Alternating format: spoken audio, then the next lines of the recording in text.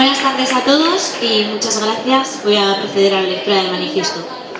La explosión de la actual crisis capitalista está impactando directamente sobre los menguantes derechos sociales de la clase trabajadora y, en general, sobre los sectores sociales más vulnerables. Y las recetas que están siendo o pretenden ser gestionadas desde las distintas administraciones llevan la etiqueta del neoliberalismo que ha provocado precisamente esta crisis. Es este un buen momento para manifestar la íntima relación entre las propuestas del proyecto republicano y el poder hacer frente a la crisis de otra forma, para cambiar efectivamente la situación, porque la situación todavía es susceptible de empeorar, si no se ataja. Más de 4 años después de su inicio, es evidente la extrema gravedad universal de la crítica situación en que vivimos. No se trata de una típica crisis más del sistema, es una crisis sistémica, que evidencia que el capitalismo es un modo de producción agotado por la finitud del planeta, de los recursos naturales y por la contradicción irresoluble entre su exigencia permanente del crecimiento y aumento de la plusvalía para una minoría social y la satisfacción de las necesidades de la humanidad. Ya conocemos las recetas que para salir de esta crisis se han aplicado siempre: recortes de derechos, continuas agresiones a lo público, privatizaciones y contrarreformas legislativas que se traducen en retrocesos en materia laboral, educativa, sanitaria, social y cultural. Son propuestas antiguas, con efectos sobradamente conocidos, que no prevén otra salida que no pase por volcar el peso de la crisis y los costes de salir de ella sobre la mayoría social que no la ha generado. Son las mismas recetas que ahora pretenden aplicarnos.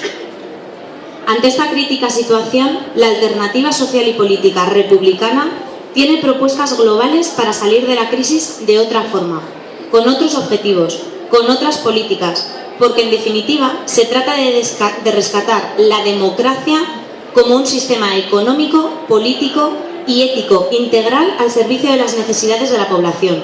Y eso entendemos que solo puede pasar por el rescate de la República, con propuestas concretas como las siguientes: una República federal, social, democrática, laica y solidaria como forma de organización estatal conforme a un orden económico y social justo y articulada mediante una efectiva separación de poderes.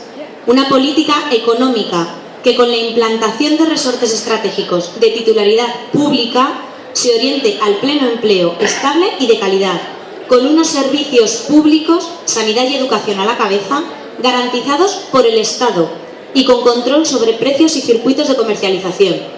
Una reforma fiscal centrada en la progresividad y la erradicación del fraude fiscal, la economía sumergida y los paraísos fiscales.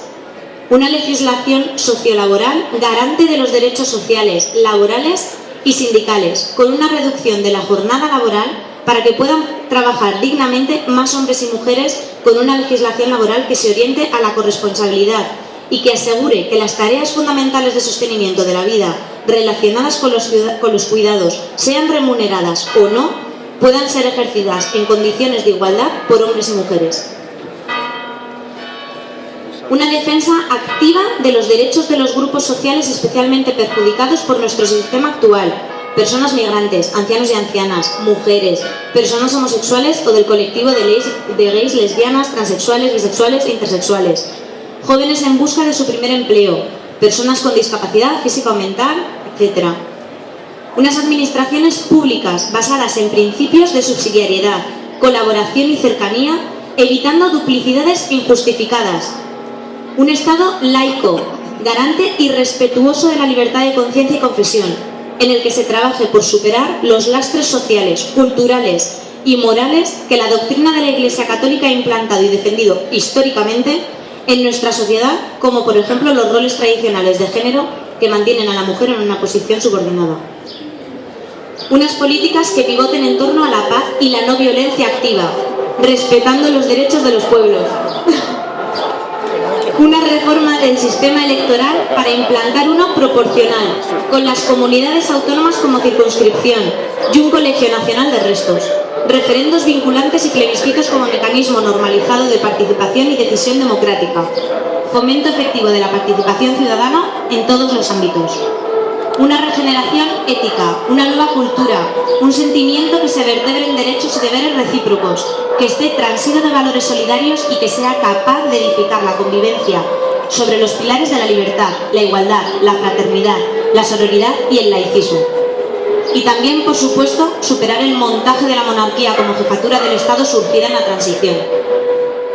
Poco que ver con las recetas neoliberales con que se nos bombardea diariamente como eso o la nada, pues de eso nada. La República, a diferencia del capitalismo y su versión institucionalizada representada por la actual monarquía neoliberal, es la garantía más propicia para el desarrollo efectivo de los derechos humanos y la democracia y para salir, no sin dificultades, de la crisis.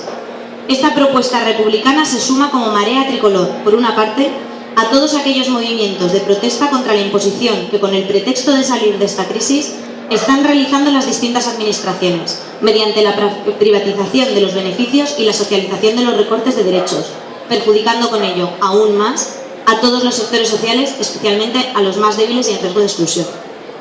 Esta marea tricolor sintoniza también con la reivindicación de un proceso constituyente de todas las fuerzas sociales que trabajan por una salida de la crisis, sustituyendo el binomio capitalismo-monarquía por el de democracia-república.